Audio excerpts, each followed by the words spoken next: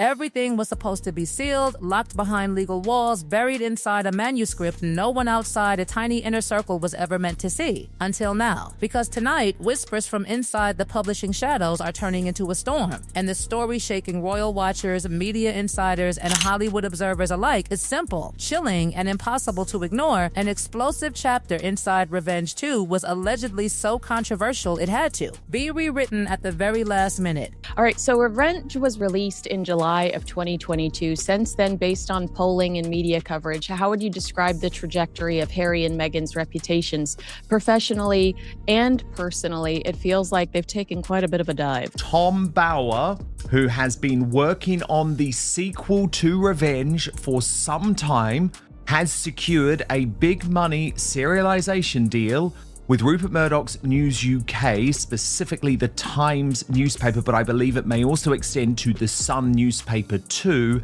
to reveal the first bombshells from his book, which is expected to further damage the Madam of Montecito. Not edited, not polished, rewritten. And the reason behind that sudden rewrite, if the leaks are even half true, could change everything people think they know about this book, about its timing, and about the quiet war of narratives that has been unfolding for years behind palace walls, media headlines, and carefully controlled public images. Because this is no longer just about a sequel, this is about what almost made it into print and why it didn't. Tom Bower has just made an announcement that appears to have Meghan Markle deeply unsettled. The investigative biographer who exposed their inner workings in his 2022 bestseller is officially returning with a sequel that promises even more scrutiny. The new book is titled Revenge 2, and Tom Bower says it contains material that cannot be reshaped or dismissed through public relations. He has secured a major serialization deal with News UK, meaning both the Times and the Sun are set to publish sections week after week, keeping the story in constant rotation. When the first book was released, Meghan and Harry still had major streaming contracts and vocal supporters in Hollywood. That safety net no longer exists. Revenge 2 arrives after several high-profile setbacks. Spotify ended its partnership. Netflix projects failed to generate momentum. And that was only the beginning. Because according to insiders, and again, these are claims, not confirmed facts, the manuscript that circulated privately months ago was not the same version now heading toward publication. How desperate was Meghan Markle to be famous?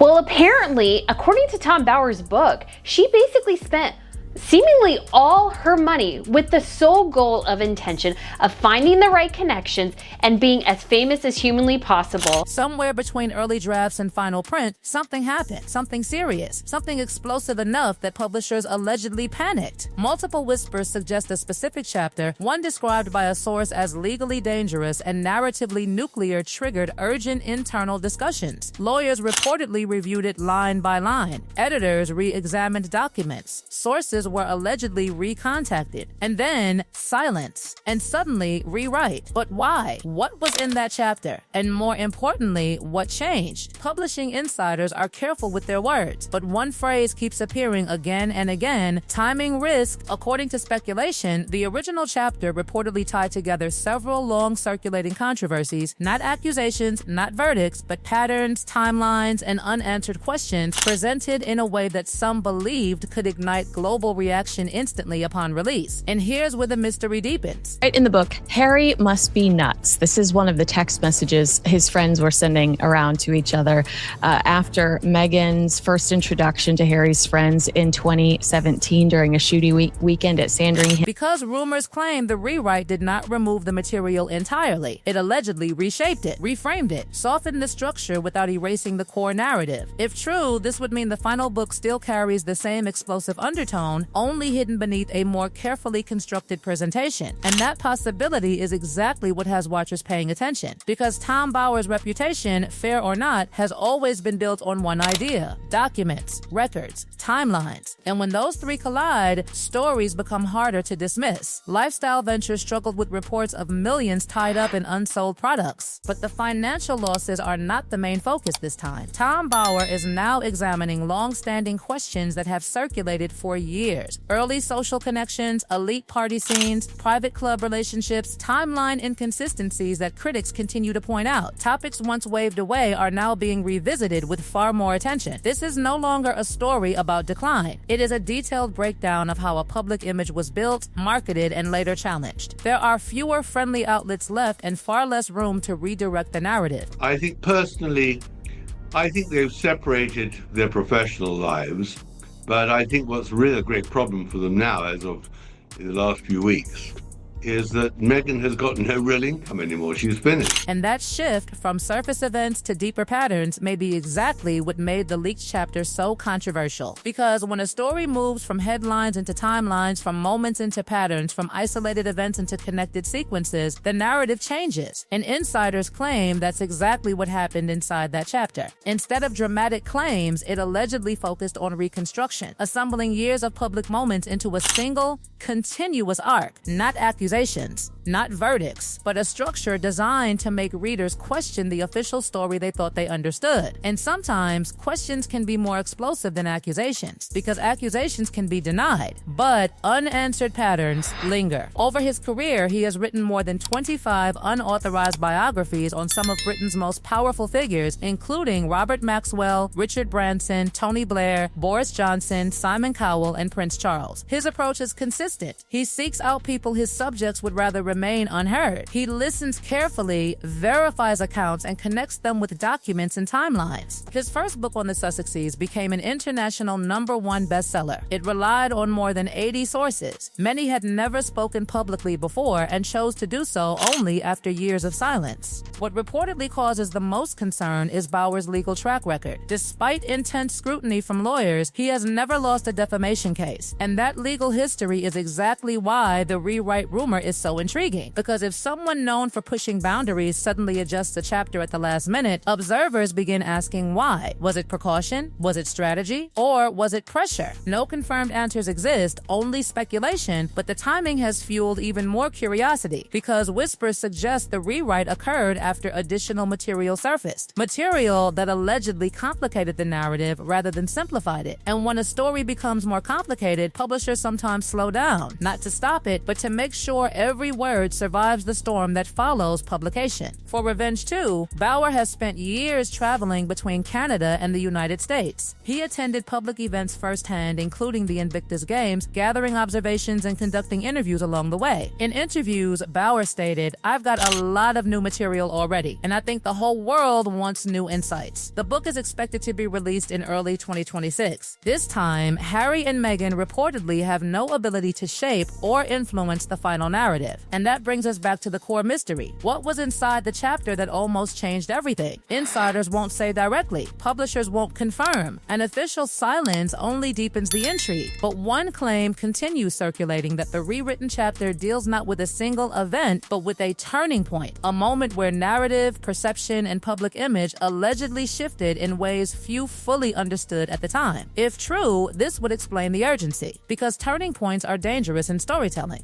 They don't just describe events, they reshape interpretation. And interpretation shapes legacy. But the story doesn't end with the rewrite. Because whispers suggest something even more unusual, the original version of that chapter may still exist. Not in print, not publicly, but somewhere. And if that version ever surfaces, insiders claim it could reveal exactly what changed and why. Was it toned down? Was it strengthened? Or was it redirected entirely? No one knows, not yet. But the closer the book moves toward release, the louder the speculation grows, and with every passing week, the question becomes harder to ignore. Was the rewrite a safeguard or a signal? Because sometimes in publishing, what gets changed matters less than why it was changed. And sometimes the story behind the book becomes bigger than the book itself. Because the deeper insiders talk, the stranger the story becomes. The rewrite was not the end of the tension. According to whispers inside publishing corridors, it was only the beginning. What started as a quiet internal internal adjustment allegedly turned into a ripple of uncertainty, private conversations, and a growing realization among those closest to the project that Revenge 2 was no ordinary sequel. It was becoming something heavier, sharper, and far more unpredictable than anyone expected. Because one claim kept resurfacing, the rewritten chapter did not simply remove controversy, it changed the emotional direction of the book. Not louder, not softer, but darker. Insiders describe the revised version as less about individual moments and more about long-term patterns, not just what happened, but how events connected across years, across continents, across shifting public narratives. Instead of a single explosive reveal, the rewrite allegedly transformed the chapter into a slow-burning sequence designed to make readers feel a steady, creeping realization rather than a sudden shock. And sometimes a slow burn hits harder than a blast, because a blast fades, but a realization lingers. Rumors also suggest that during the rewrite phase, communication tightened dramatically. Drafts were circulated to fewer people, access narrowed, conversations reportedly became more cautious, and in the quiet spaces between meetings, one word began surfacing again and again. Impact, not legal risk, not controversy. Impact. According to speculation, the concern was not whether the chapter could be published, but how the world would react when it was. Because timing matters, and insiders believe the revised chapter was crafted to land not as noise, but as narrative. Not as a scandal headline, but as a turning point in perception. Then came the most curious whisper of all, the claim that the rewrite did not weaken the story, but strengthened its structure. Some said the original version was raw, direct, almost confrontational. A chapter built around sharp revelations and tightly framed conclusions. The revised version, however, allegedly stepped back, widened the lens, and allowed readers to follow the sequence themselves, connecting dots gradually rather than being pushed toward a single interpretation. And that subtle shift from declaration to observation may have changed everything, because declarations can be challenged, but carefully assembled patterns are harder to dismiss. As the manuscript moved closer to completion, another layer of intrigue surfaced, whispers of new material arriving late in the process. Not dramatic confessions, not explosive documents, but small, precise details, tiny pieces,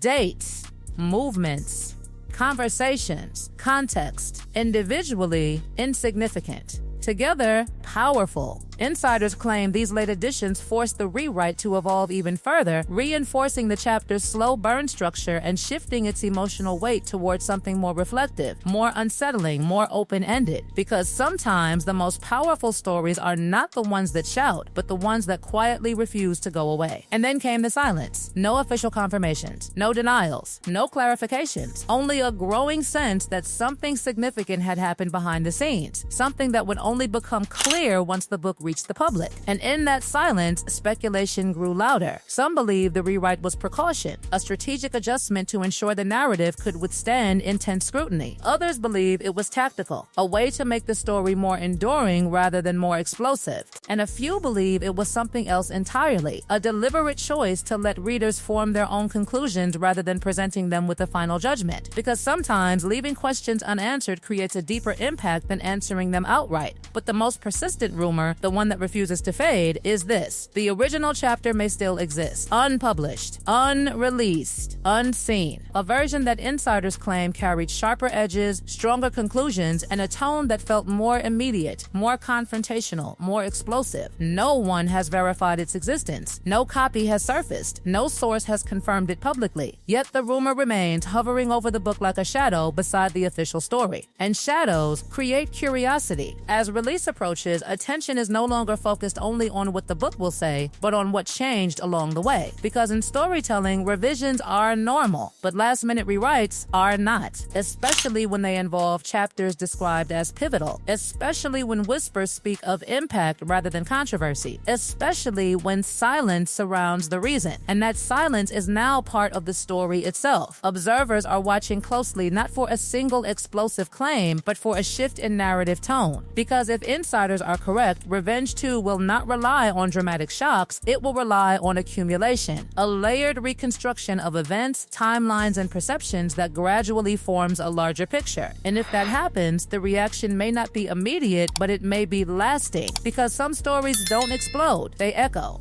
And so the question remains, the one insiders cannot answer, publishers will not address, and readers will soon confront for themselves. Why was that chapter rewritten, and what did it almost reveal? Was it it caution? Was it strategy? Was it evolution? Or was it something deeper? A recognition that the story had grown bigger than a single revelation, bigger than a single chapter, bigger than a single moment. Because sometimes the most powerful part of a story is not what is printed, it's what nearly was. And as the world waits, the mystery continues to build, quiet, unresolved, and impossible to ignore. Because when Revenge 2 finally arrives, readers won't just be looking for revelations, they will be looking for the missing shape of the story behind the rewrite. And when they find it, whatever it may be, the real impact will begin. The real impact will begin. The real impact will begin. The real impact